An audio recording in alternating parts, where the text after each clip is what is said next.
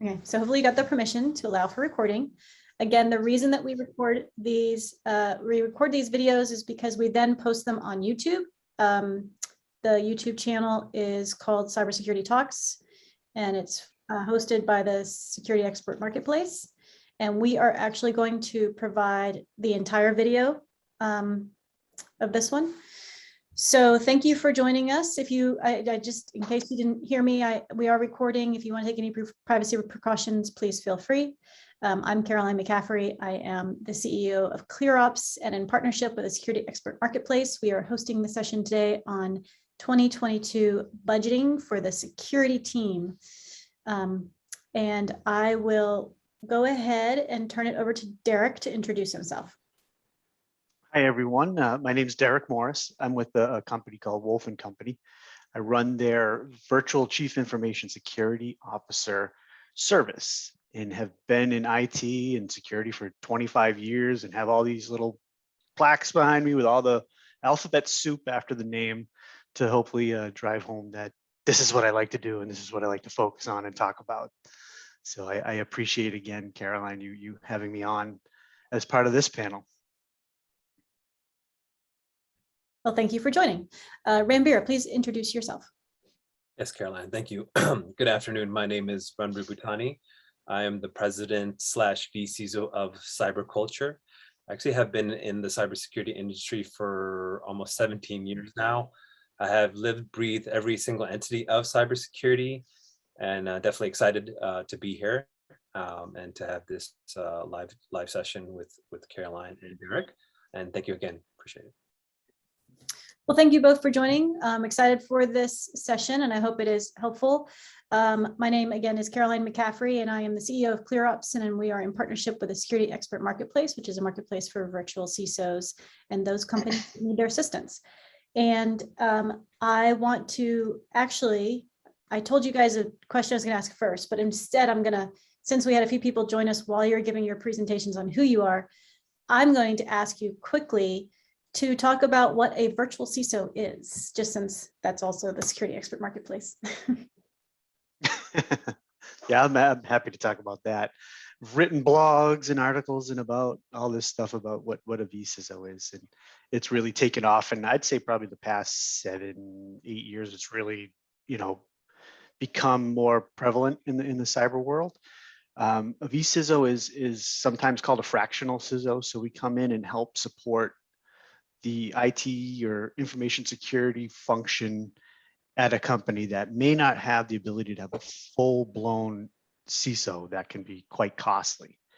And in my travels and in various reports out there as well, CISOs tend to come and go on a short-term basis. A couple of years, 3 years is not a long tenure for them.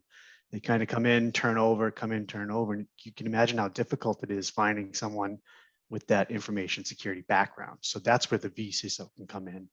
And there's various ways that we could be integrated with companies to become the vCISO, very, close to the team, more higher level strategy and building out, higher level programs. But it really can cover almost all of what cybersecurity's, smaller portions are, and help that company out that has shortcomings in some of those. Great. Ranbir, anything to add? Yeah, no, actually, Derek said it best, where you come in as a fractional CISO, and just to add a little bit more to that is where I think a lot of CISOs sort of find themselves where they're in a role for average 2 to 3 years time span, and then they typically look for another opportunity. And the unfortunate piece of it is that you've reached the top level that you could within the cybersecurity industry. But at the same time, the beauty of being a virtual CISO is that you can work with multiple different organizations. You can, come and help them build, a cybersecurity program from a strategic standpoint, right? Not necessarily resource as a whole environment, depending on their needs, but at least come there based on budget, if they have budget limitations. And then as the expert, I mean, it doesn't, and the beauty of it, you don't have to have a whole ton of management and leadership experience, but at the same time, where you can come in and tell a story that solves their problem as far as securing their data. So definitely that's a role of a VC, so very straightforward. Great, thank you both. Okay, so housekeeping. Again, if you, I may have said this too early, but we love questions. I love an interactive session. I don't want to just talk at people. So if you have questions, raise your hand, interrupt. I don't really care. We love it. And then the other thing is this will probably take until about 3:45 Eastern time. That's our goal, unless there's a ton of questions and we'll run it over longer. But I definitely like to try and give people as much of their time back as possible if we can get through everything. So to start it off, let's do a really high level question. You're sitting in front of the Excel file. You have all the different categories of your budget for your security, systems and operations. And you're thinking to yourself, am I going to ask and include as much as I can into the budget so that I get a huge budget?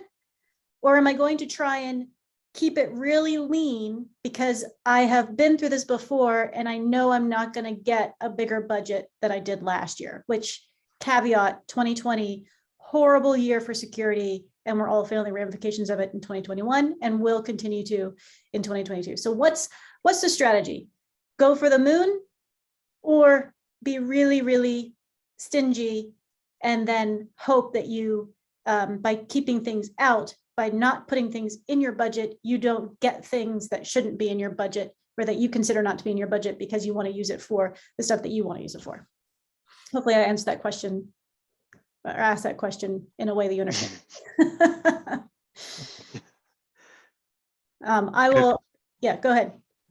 It's the way I always approached it was better to have in there and not need it than need and try to go back and ask. The first rev was always the big juicy one, to try to get what you can and try to align it with, some of those security strategies that you want to get going and start to build out. Try to align it with, some business functions that are in need that you may see, especially if you're in cybersecurity. You can see that there's, gaps in certain areas.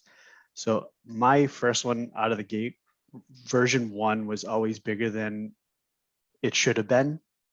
That way there were easily identifiable pieces that can be removed. That may be that second layer, that may be that third layer, that it's nice to have, but you don't need it actually. So to build in, build in some comfort, and that makes sense. Yeah. Ranbir, what do you think? Yeah, no, that's a great question actually, because it seems like it's all over the place, because a budget is the most important to many organizations or companies, right? So the way I see it is where, it's better to add maybe a few additional layers and components rather than just keep it minimal, because in terms of cybersecurity, right, of course you come up with, if it's, technology requirements, staffing, resources, building a program. But again, going back to the whole CISO component, is you're coming in there and solving a problem and keeping their data safe. And the point of it is, okay, like, let's start to say, okay, well, this is the baseline, right? So we start from a baseline and then go in depth as needed, because depending on how big the company is or the organization, you start from there. So really, you can make it as simple can be, or you can make it as complex as you want it to be. But at the same time, when it comes down to financials, it's just numbers at the end of the day. Yeah, I'm saying that like it's that easy, but it is. So that's the way I see it. Keep it simple, keep it easy. Of course, you review the financials, and really, if you make it easy for them, then it makes it easy for you. That's the way I see it. Yeah, I always found it difficult to go back to ask for more. If you went back after the fact, just a number. Just didn't look right. Yeah. Well, I have to say, I often joke that the Colonial Pipeline ransomware event, I forget exactly how much they paid. I think it was something roughly around 3 million or something like that. And I always joke that I bet you they would have made their security budget about $100,000 less than that if they had known that would be the amount that stopped them from the ransomware, right? Like, it doesn't take much to go 2.7. Okay, so 2.6 million is what they could have spent on their security budget, and they would have come out ahead. Of course, they never would have known that, I guess, but then that's the problem we face. I don't know if you have any comments on that, but Well, coulda, shoulda, woulda, right? Like return on investment. We could have saved you 2.7 million. We came in as BC, so you guys need help. And I mean, really, naturally, you know, at a fractional cost, like not minuscule cost, bringing us on board. Not that's all relative and part, you know, part of the coming in on board and helping them. But I mean, the truth be told is, you know, did they have to pay the ransomware? Most likely not. But you know, back to your point, Caroline, is that, you know, there's attacks happening everywhere all day long, across multiple industries, and really, you know, companies need to start sort of taking cybersecurity a bit more serious, to my point. So, Yeah, there's a big cost, right? 2.7 million ish. Yep. return on investment, man. Well, and actually on that point, there is a cost that we all now feel because of that event, right? Which is in cyber insurance. If I understand correctly, the cost of cyber insurance has tripled over the last 6 months. And the difficulty in obtaining cyber insurance, I understand, is also exponentially increased. So the question is, when it comes to the budget for 2022, does cyber insurance belong? And Derek, this one's for you. Does cyber insurance, or I'm going to direct it at you to start, Ranbir can always do it. Does it belong in the budget for the security team? So kind of. So it may trickle out to become part of the security's budget, right? But the CISO and security should not own it. This is where we're getting the cyber insurance to protect the business. So it should be other people involved. But by all means, the CISO and the security director, they're all going to have input into what and how they go about to obtain it. There's going to be requirements kicked back to them, which then in turn may become pieces of their budget, whether it's a tool, a service, some sort of technology that they have to go get to address the requests back from the underwriters that say, you need to put MFA in. Well, I have 7,000 users I need MFA for. There's a cost to that. So now we're starting to see it trickle down into that budget. So now there's a line item there. And the nice part about that, I guess you'd call it nice, is that now you could point directly to that and tie it directly to a circumstance that the business needs to follow. And it's not going to get cut because this is part of protecting that business. So there's a back and forth, this fallout from different pieces of it. But this cyber insurance has been crazy over this past year, since the beginning of the year. It's all because of the news. It's all because everyone's eyes are now more open and feeling the sting from all these settlements that they have to do and protections they have to put in place now. And gosh, reputation is damaged too quite a bit. So, you know, it's such a hot topic. It really is. Yeah. I mean, we gave what you and I were on a webinar, a webinar about cyber insurance a few months ago. And even since then, where we talked about these exponential cost increase and the difficulty, like even back then it was, you know, try not to get denied the first time because you probably won't get it. Now it's you're barred for a year, which is crazy. I mean, people are having a tough time. Anyway, not to harbor on cyber insurance. Ranbir, I do want to give you though a chance to add any 2 cents if you have any on cyber insurance and whether that should go into the CISO's budget.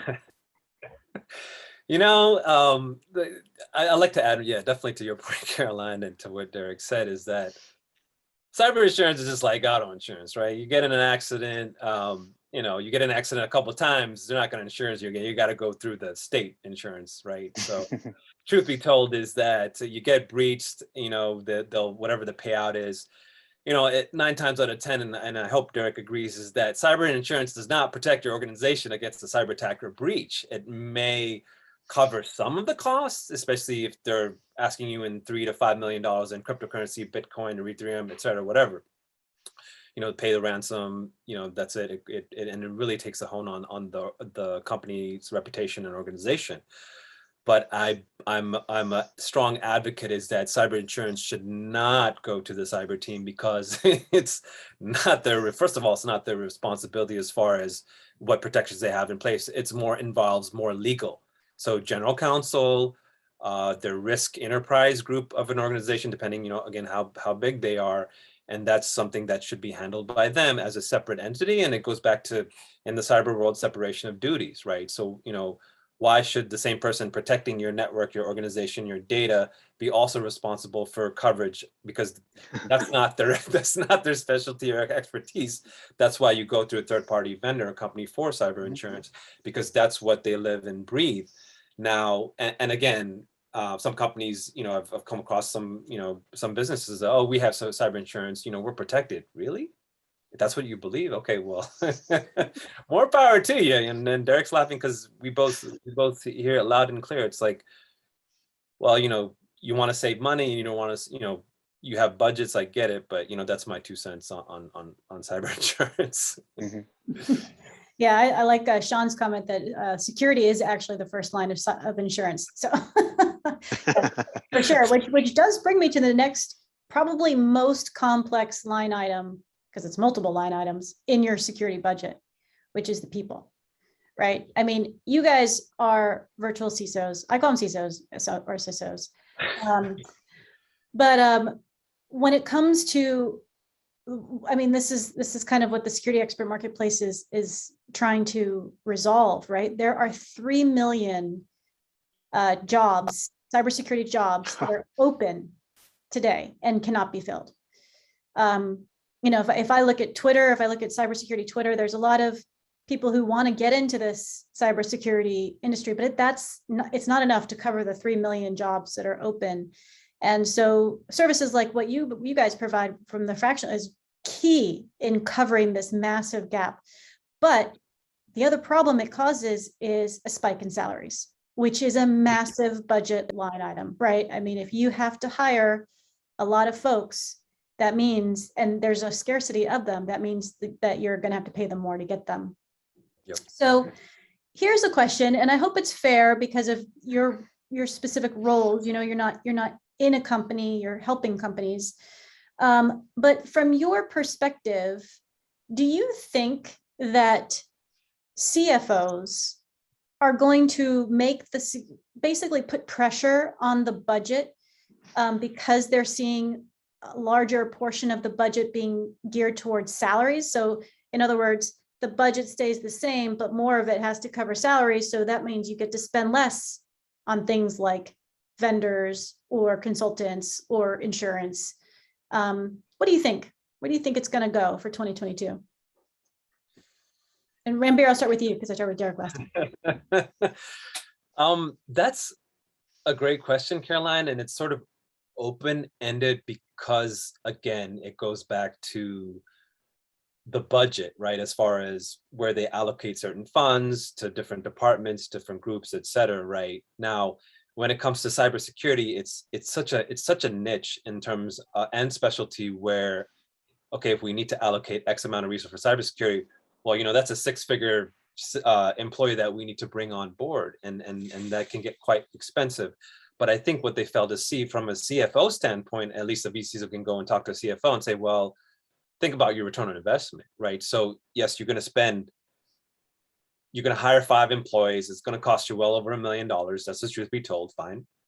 I'm just throwing that number out there. And then, okay, then what if the organization gets breached and it costs you, 3 to 5 times that amount? I mean, it sort of goes to show where, going back to having them understand, why you should allocate a good amount of money, especially within the for a cybersecurity budget, as opposed to having them come back and say, well, we need to reallocate. Well, then you won't get money for cybersecurity products or technologies or whatever else they need, or reallocate it to other departments within the business. So really, it's sort of a rock and a hard place type of situation, but at the same time, nobody's thinking return on investment, right? Everybody's like, okay, well, are we going to be the next victim of a cyber attack? That's going to cost you.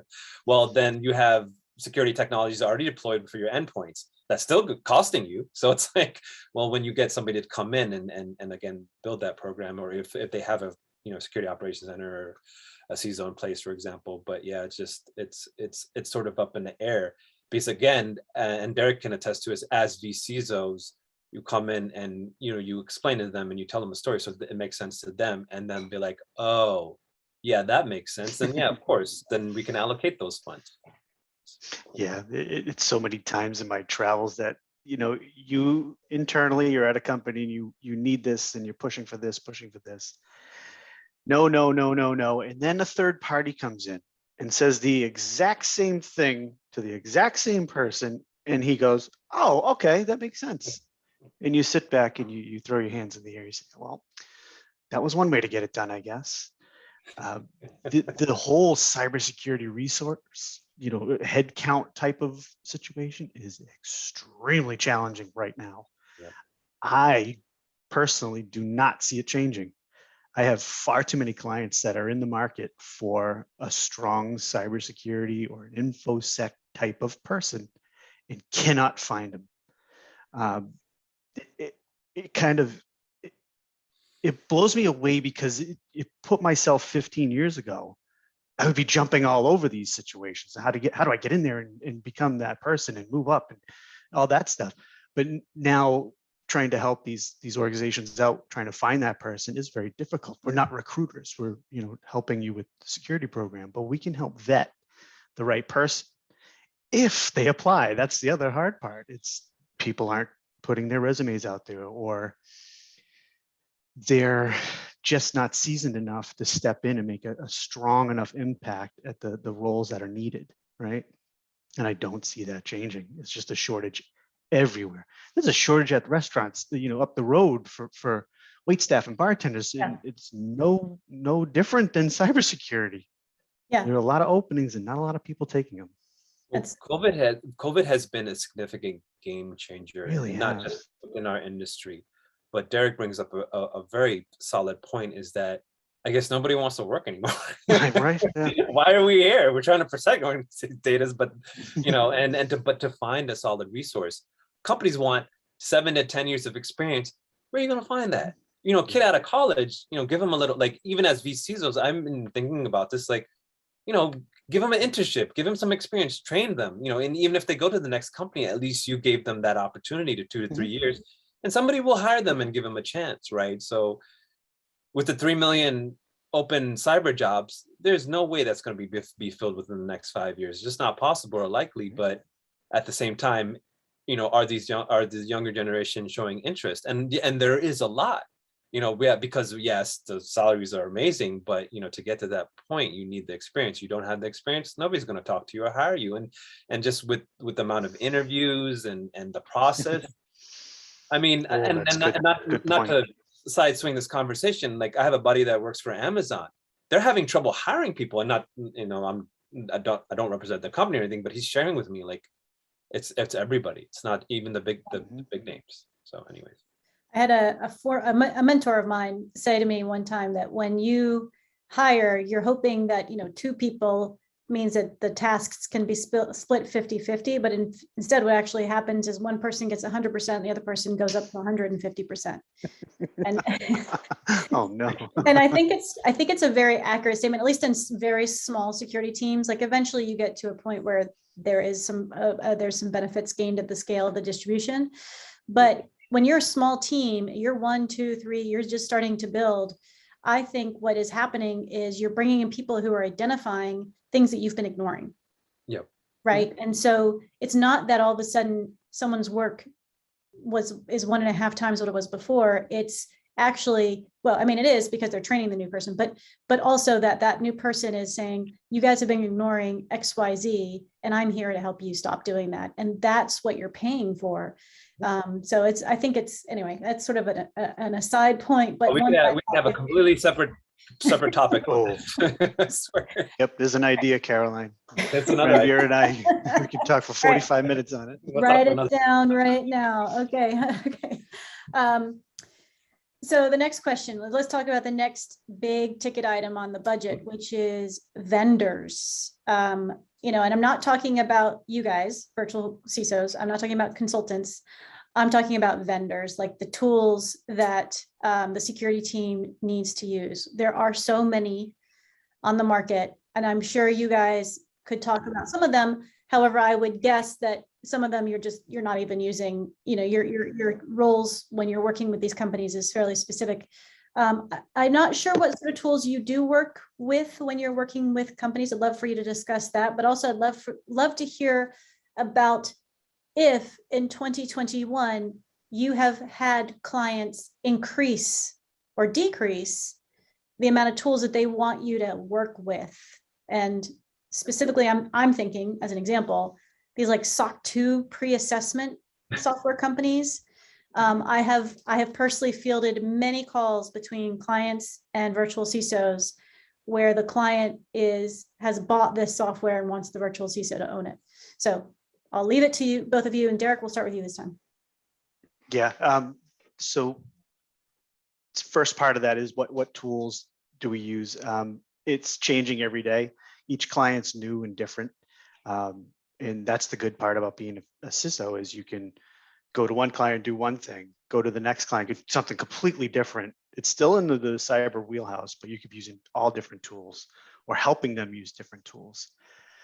The interesting part that you see is there's a lot of tool creep. Tools come in, no one owns them. They're there, they're doing their thing, but no one's keeping eyes on them. So now it's just kind of sitting there. And then the next year comes and there's something new, shiny that we could bring in and help out.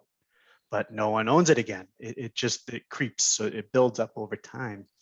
And in working with some of the VPs of IT that kind of own IT budgets, is they want new shiny tools every year as well. And when you start to get that bleed from IT and security, it's who owns what, because this tool has a security component to it that IT may not understand. So you get this crazy amount of bleed over and tool creep.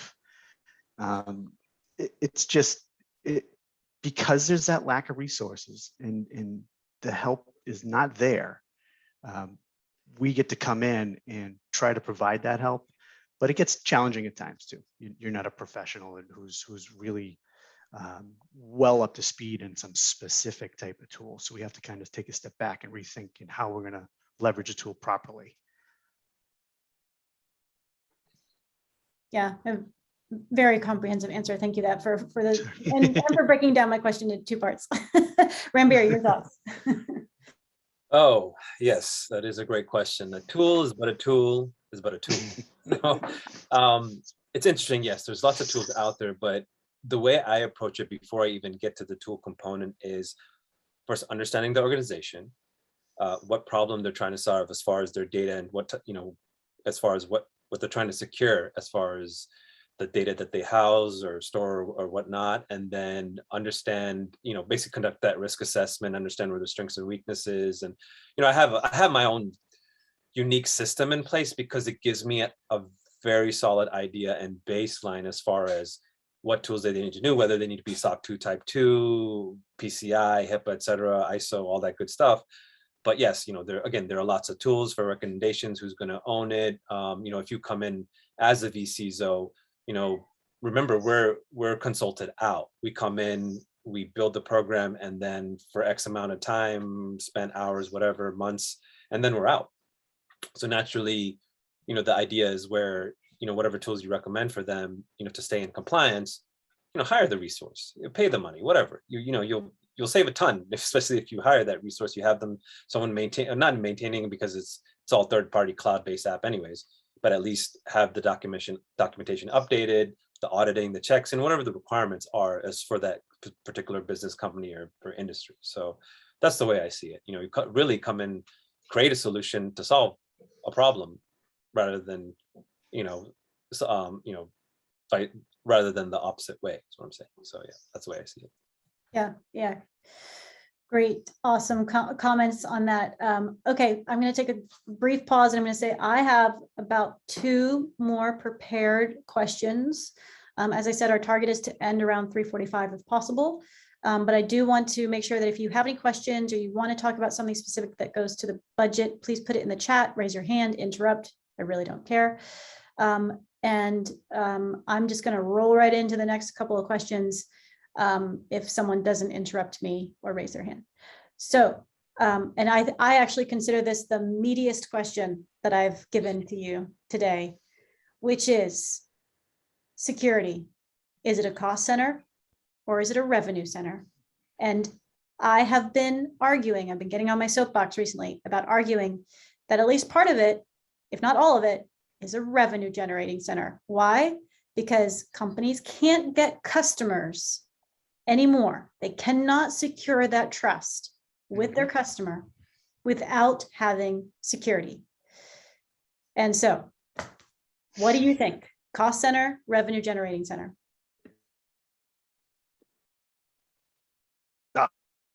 It is both, but I do feel I see more of a revenue center. You just stated it perfectly. It's how the heck can you get more clients if they're pushing down these requirements on you to do X, Y, and Z, or we're not going to do business.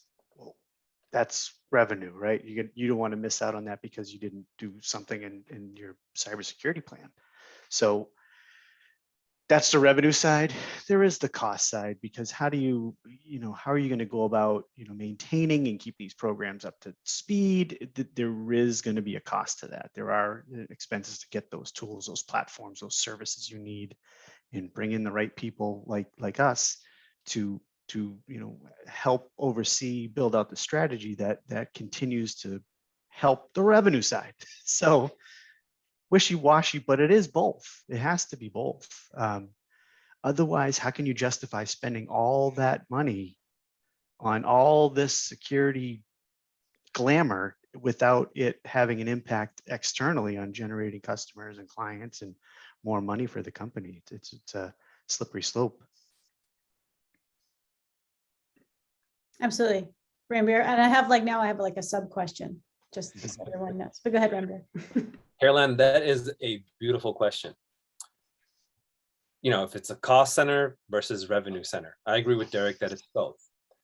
It's always been a cost center. Like, think about it. Companies they've been paying for security products to protect their endpoints, to protect some of their data. It's part of IT, but they just don't realize it because it's not brought up maybe to the higher level, at the higher C-level suite or board of directors. Now, as far as revenue and your return on investment, well, again, it goes back to what I said earlier. If you don't put those protections in place and you don't have a mix of technologies and a solid program built, cybersecurity program built, it's going to cost you. Let's say if they were to experience a cyber attack or ransomware, and they end up paying the ransomware, well, we could have saved you $2.7 million, Colonial Pipeline, on that. So there's your return on investment.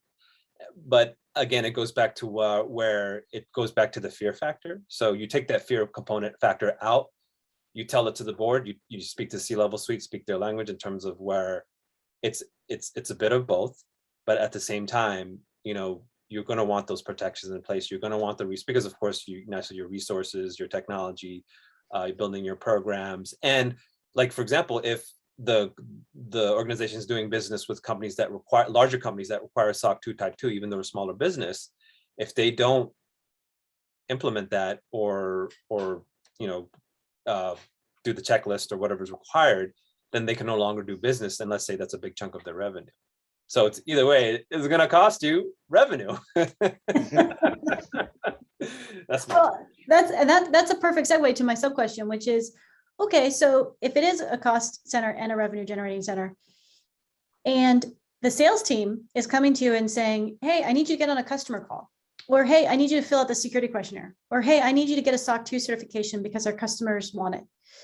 Can we line item those ones and say, either these all have to go into sales budget, or I need, you give sales whatever they want because they're revenue generating. These are the few items I've designated that I know are generating revenue for us. And so therefore this is the budget item now. Like, responding to customer requests is now going to cost us, let's say between a SOC 2 and those calls and the time and everything like that, let's say it's roughly $250,000 a year. Yeah, no, that makes perfect sense to what you said, because in the case they experience some type of breach or ransomware, it's going to cost them a lot, right? And the reputation. So not only did it cost them to pay whatever the ransomware, now they're in the media, they're losing customers, they're losing clients. They lost one of their biggest clients that brought them millions of dollars a year. That's a big problem. but companies don't see it that way because it's not explained to them at the top. That's why Derek and I come Nailed in. it. We can explain it to them and they're like, whoa, light bulb, that makes sense. Yes, this is why you need cybersecurity. All right, well, Ranbir, then It's- let's turn that, sorry, Derek, go ahead. Go ahead. I was gonna say, let's roll that into the last question that I have then, which is tell people, Ranbir and Derek, and I'm gonna start with you, Ranbir, this time. How do you go to the board? What does your presentation look like in front of the board to convince them that your budget is the right one and should not be decreased and they should accept it? Can you give us like some step-by-step real guidance on that? No, absolutely. It's a great question. Of course, after analyzing the financials and learning and understand it, show them the numbers. Show them these are your risks. Show them the calculations. I'm not going to go into further detail, but you show them on a simple PowerPoint spreadsheet with a little graph outlining, hey, this is what's going to cost you if you don't do this, X, this is what's going to cost you if you do Y, and this is what's going to cost you if you do Z. So if you keep it that simple, as far as in terms of cybersecurity budgeting and technologies and resources, then to them, you'll have their attention so sharp, they'll be like, whoa, Ranbir or Derek, or Caroline, I didn't know that this existed. I thought cybersecurity was just me trying to patch all my systems and vulnerabilities, which I don't even know what they mean because I'm a C-level executive or board of directors. So it's like, take out the technical terminology. Now you're speaking of dollars and cents and versus, costs, profits versus losses. Because at the end of the day, what does the C-level executives care, especially the CFO, profits versus losses. And when it goes back to some from a cybersecurity standpoint, you go in there and after, obtaining their financials, at least some information and understanding of their business a bit, then you can just tell them a very simple story. And if you keep it easy, 5-10 minutes, you have the whole room sold. And it's not like you're trying to sell a service or business, but you're trying to help them understand why they need it. And then here's the kicker though. If VCs like us continue to grow and more continue to understand how to really speak and talk and strategize with the C-level executives or board of directors, they're going to be like, light bulb, cybersecurity should have always been its own entity. Why is it still part of IT? Why is it split up between the board and the risk and other departments or security, which is physical security? Like, I mean, yes, that's part of security, but at the same time, like now you're talking because cyber has so many different subcomponents of it. It's just a mix of flavors a mix of different sub entities where you want to come in and bring the right people to build a solid program and have them protected. So in the case that they get attacked, they were able to stop that attack. It would have cost them $10 million ransomware if it was a certain group that was targeting them. And that's the way I see it. And now it just makes sense, right? Anyways, that's my. Derek, I want to give you opportunity to ask that, but we also had a couple of comments in the chat. I don't know if you had a chance to see them, but I think it's really interesting that DDR said how we're fighting for the same money, but can show a clear revenue analysis. I'll quickly just rebut that really quick. Well, no, it's not really a rebuttal, but I have seen it over and over again where product pricing pages include security as an enterprise feature only, meaning pricing is tied to security. And if there's a way for you to show that security is increasing the revenue to that comment, clear revenue analysis, would you do that to the board? Oh, that'd be a tricky one to pull off. You would have to make sure you're at the right level for that. That would be something that would probably roll up into someone else, maybe like the CFO, that you would have to give support to speak that way, because cybersecurity is only going to have this much information, and that rolls up when you start talking revenue to somebody else who does the math, who has the crazy Excel sheets and the tools like that to help understand that. But by all means, that should be a close communication between the security group and the CFO, or the security group and whoever might be, the controller or whoever it might be in that financial or accounting role. So that's a tricky one to pull off. All right, well, then I'll add Asha's comment, which is that regulations are another way, because we're trying to avoid fines, right? And so you can point to the fine, the potential fine, and say, well, if we don't do this, this is the cost. Those are the easy wins. Those are black and white, right? Those are black and white. I do a lot of work with financial institutions, banks and credit unions, and they like to speak of risk. There's risk appetites and what they're willing to take on. So from that perspective, talking to that board about budgeting and costs and everything like that is speaking to them in a risk language. This is our risk now. If you spend this, our risk goes to here.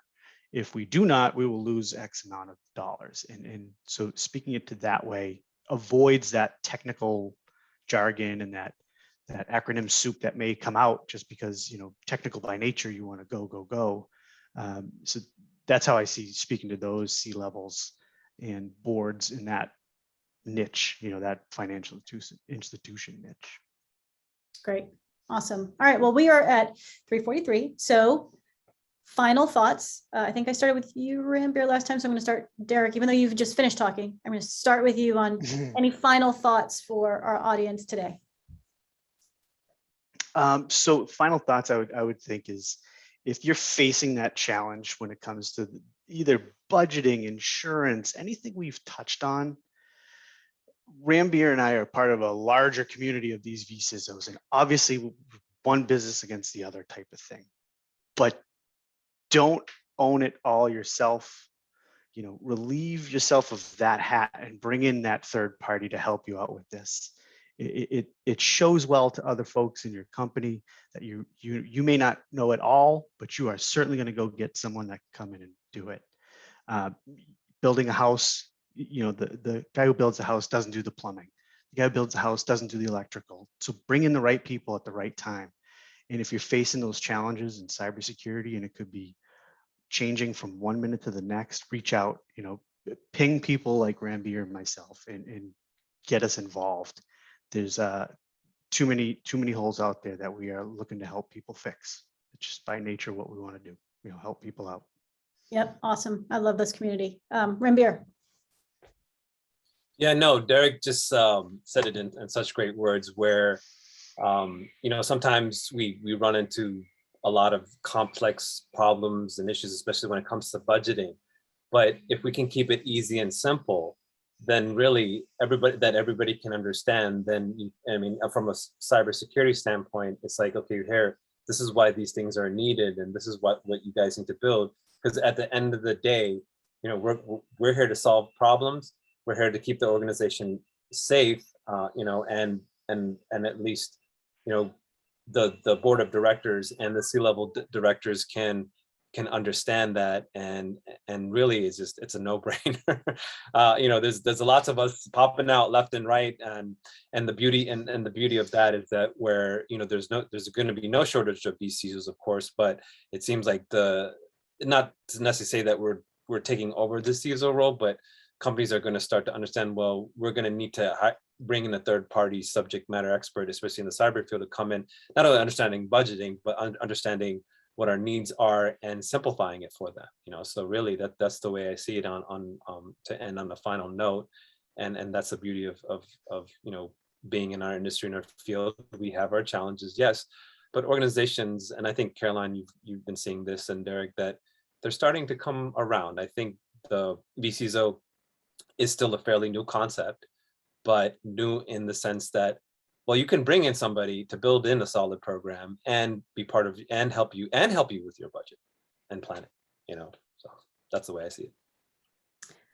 So I will add, Asha, you gave a great in the chat, cyber risk quantification methodology like the FAIR model also helps put money amounts to top cyber risks. I think that's a great point. Just want to sort of call that out. And then I will give my final thoughts. Just in 2020, I saw when the pandemic started that cybersecurity and security teams were being cut left and right as one of those areas where there could be cost savings. And boy, did we suffer for that in 2021. And I think it's going to keep going.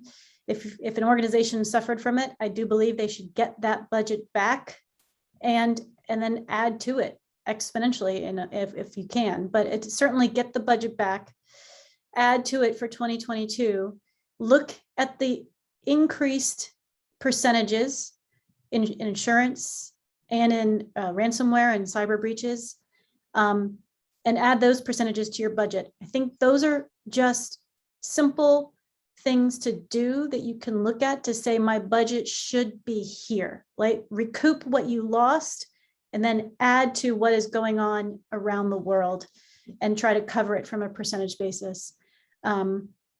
Budgets are hard. I've had to do a lot. They're painful.